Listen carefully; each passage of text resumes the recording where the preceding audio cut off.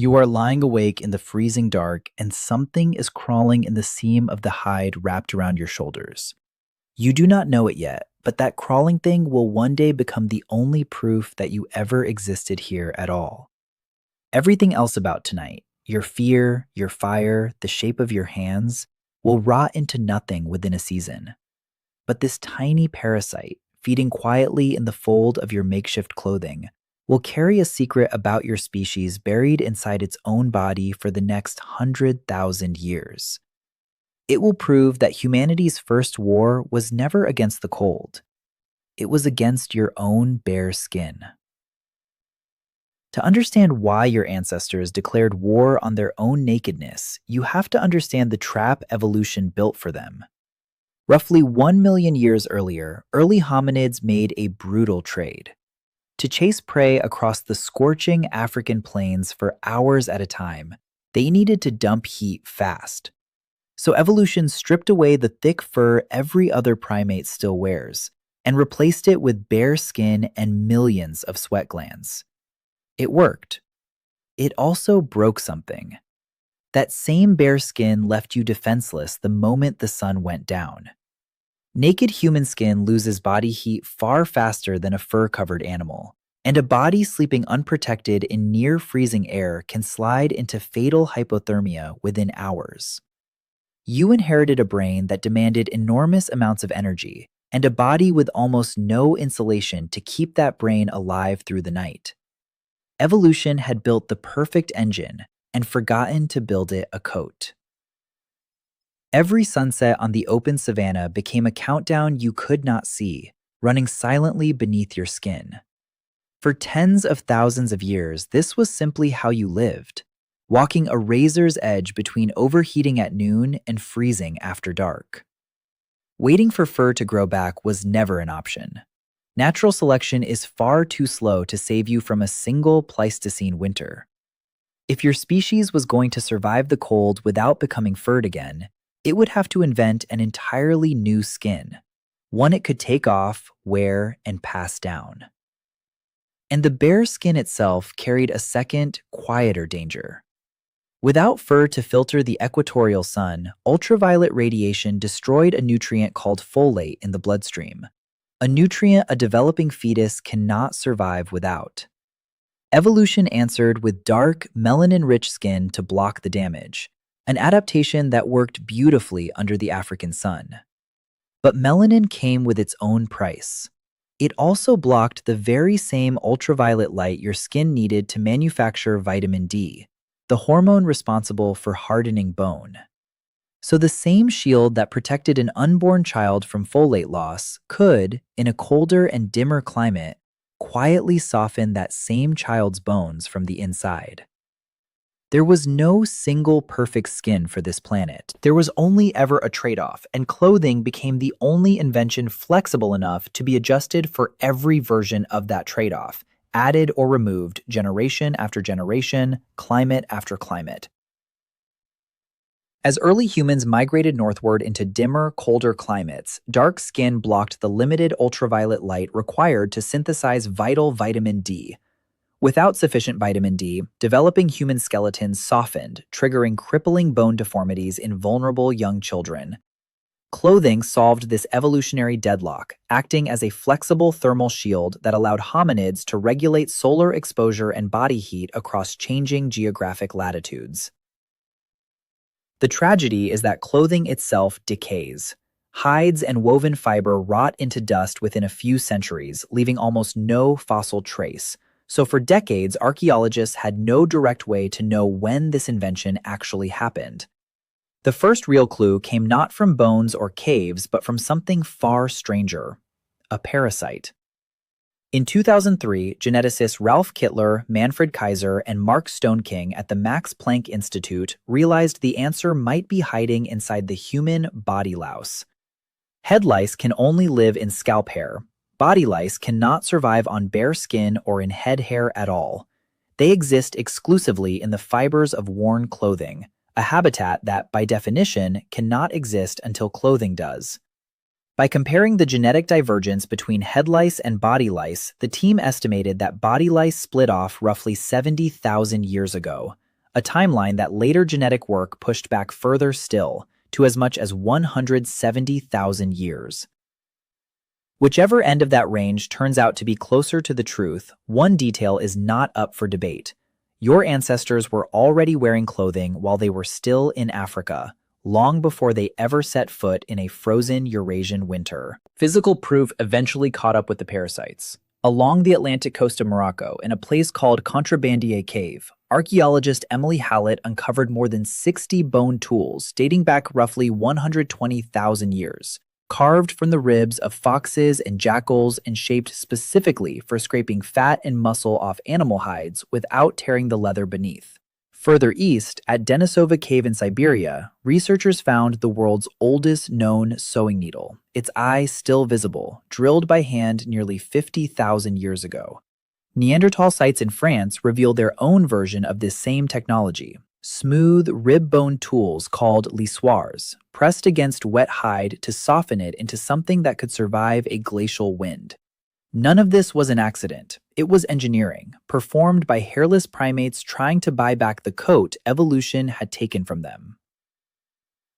Neanderthal populations also mastered the chemical physics of leather waterproofing. By smearing nutrient-rich animal marrow fat onto freshly scraped pelts and rubbing them vigorously with smooth lissoir bone tools, Neanderthals sealed microscopic skin pores against moisture.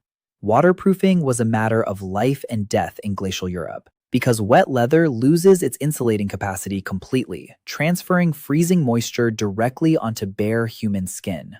This lipid-sealing bone technology turned raw animal hides into windproof, water-resistant Arctic armor.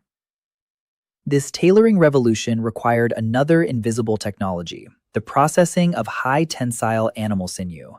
Early humans harvested tough tendons from animal legs, pounding and splitting them into fine, fibrous threads capable of enduring relentless physical strain in Arctic blizzards. With these sinew threads and eyed bone needles, hairless primates also crafted the world's first leather footwear. Wrapping sensitive human soles in thick, durable leather soles meant that early hominids could traverse jagged volcanic rocks, frozen ice sheets, and sharp tundra thorns without sustaining crippling foot injuries. Footwear transformed the ground beneath our feet, turning impassable wilderness into highways of human expansion. Picture the actual work behind a single hide. Scraping fat and connective tissue from the underside of a fresh skin without tearing it, stretching it, working it soft enough to bend without cracking in the cold. This was slow, bloody, unglamorous labor, repeated endlessly, garment after garment, generation after generation. Would you have had the patience for it, or would you have frozen first? Tell us honestly in the comments.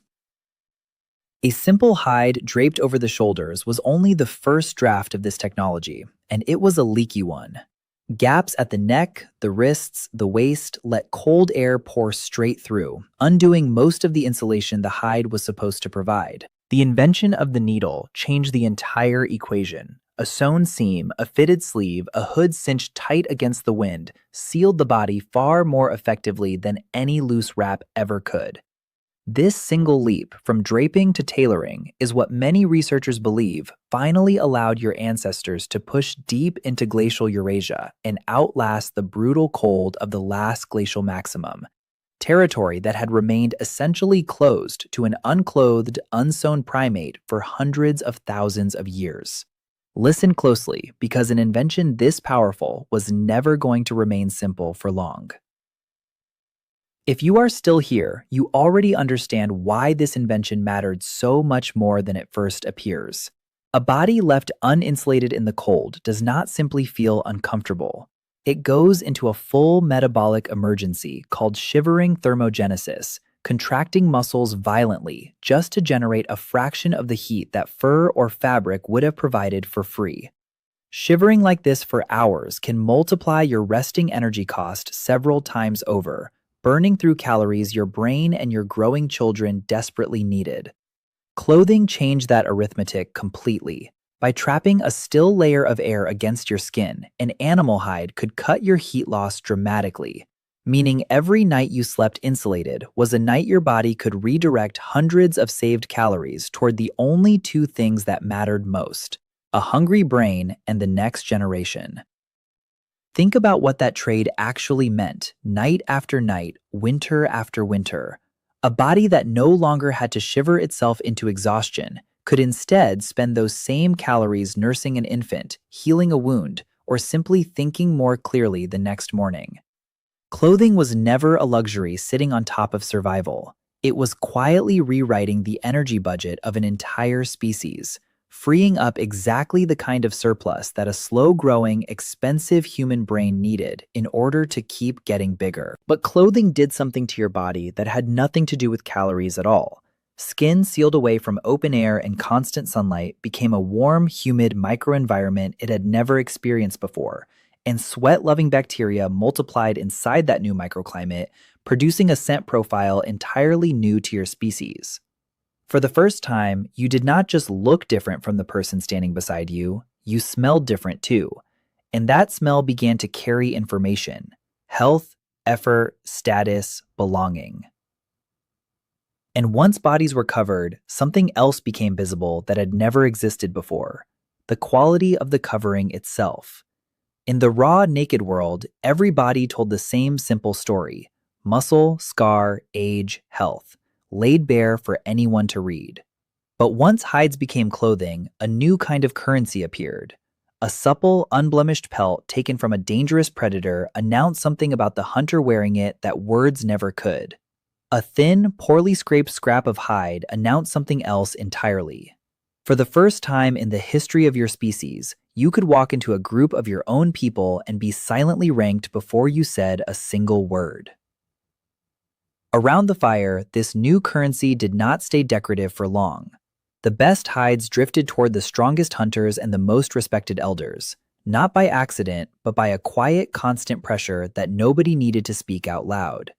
To be given a warm, well-made garment was to be told, wordlessly, that you belonged near the center of the group.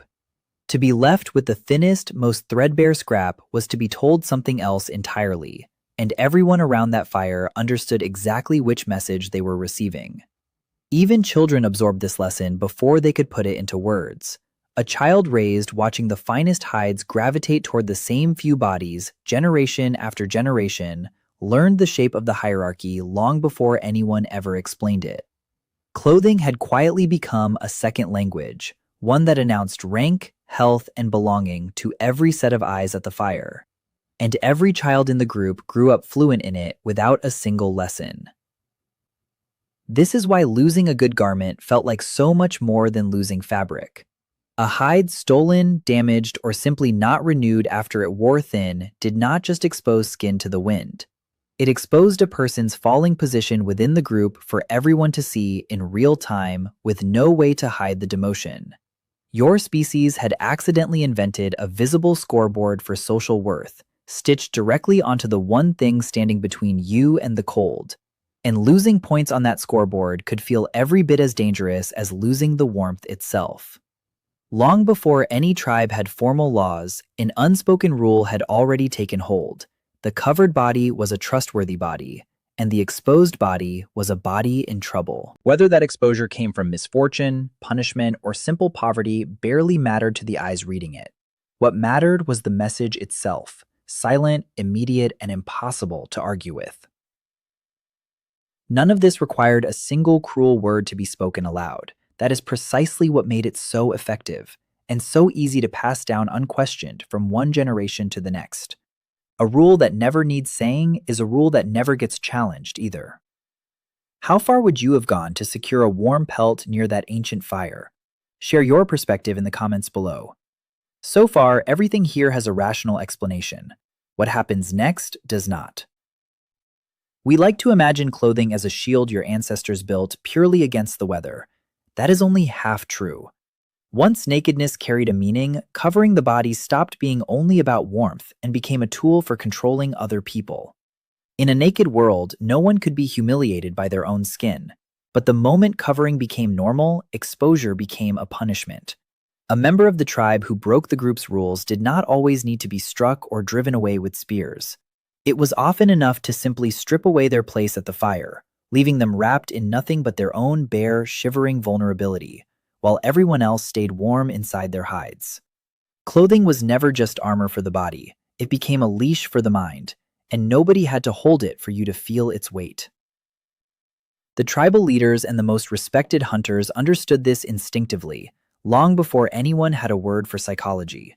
They did not need to threaten a rival with violence. They only had to control who was allowed to be covered and who was left exposed. A rare, valuable pelt worn openly by one person and denied to another quietly announced whose life mattered more to the group, and everyone standing at that fire absorbed the lesson without a single word being spoken. You already know this pattern. You have lived inside it, whether you noticed at the time or not. Look at your own closet right now. You are not wearing pelts anymore, but the leash your ancestors invented never actually came off. Social identity research going back to the work of psychologists Henry Tajfel and John Turner shows that people build a real part of their self-worth out of the groups they visibly belong to, and clothing remains one of the fastest signals available for announcing exactly which group that is. A hoodie says something different than a tailored suit. A specific logo says something different than no logo at all. None of it is really about the fabric. Modern luxury brands understand this ancient circuitry with disturbing precision. A designer jacket with a recognizable logo is engineered to trigger roughly the same status-driven satisfaction an ancient hunter once felt walking into camp wearing a rare, unblemished hide. You are rarely just purchasing fabric. You are purchasing a modern, mass-produced version of proximity to the fire. Even a small, deliberate break from the group's expected uniform can flip this same instinct in your favor. Researchers studying luxury consumption have found that a single visible violation of a dress code, a bright red sneaker in an otherwise formal room, for instance, can actually raise how competent and high status other people assume you are, provided everyone already senses that you could have worn the expected pelt and simply chose not to. It is the oldest trick around the fire, dressed up in modern branding, showing the group that you have so much status to spare, you can afford to bend the rule and still be read as one of the strongest hunters in the circle. And the exclusion side of the equation never disappeared either. Researchers studying workplace and social dress codes have found that even small, deliberate departures from a group's expected clothing norms can be quietly punished through subtler forms of exclusion. Being left out of the conversation that matters, being overlooked for the opportunity that matters, without a single explicit word ever being said about what someone was wearing. Turning up in the wrong clothes to the wrong room can still function exactly like standing at the edge of that ancient fire, and your nervous system still treats the resulting discomfort as something close to real danger, not as a minor social inconvenience. Watch a schoolyard for 5 minutes and you will see the same ancient machinery running in miniature. Children sort themselves instantly by sneaker brand, by logo, by the simple presence or absence of a label, long before they can articulate why it matters so much. Nobody teaches a child to feel a hot flush of shame over the wrong shoes. That circuitry was already sitting there, inherited, waiting for a pair of sneakers to switch it on. Meanwhile, the industry built on top of this instinct has spiraled into something the Pleistocene brain never evolved to handle. Fast fashion now produces staggering volumes of cheap, synthetic garments designed to be worn briefly and discarded, shedding microplastic fibers into rivers and oceans, while your ancient reward circuitry keeps whispering that acquiring one more garment is somehow a matter of survival. We have built an infinite supply chain to feed a brain that was only ever designed for a world of scarce, hard-won animal hides. 100,000 years ago, a hairless, shivering primate picked up a sharpened rib bone, scraped the fat from a stolen hide, and wrapped an artificial skin around a body evolution had left defenseless. That single act of defiance let an animal with no fur of its own conquer glaciers, deserts, and everything in between. It remains one of the most quietly astonishing accomplishments in the story of our species, and one of its most quietly complicated. But the next time you get dressed, remember the parasite from the very beginning of this story, the one that only exists because your clothing exists, quietly recording the true age of an invention you have never once had to think twice about. Ask yourself honestly, are you still wearing clothing to survive the cold? Or has clothing, somewhere along the way, learned to wear you? Subscribe if you want to keep uncovering the instincts still hiding underneath everything you think is simply a choice.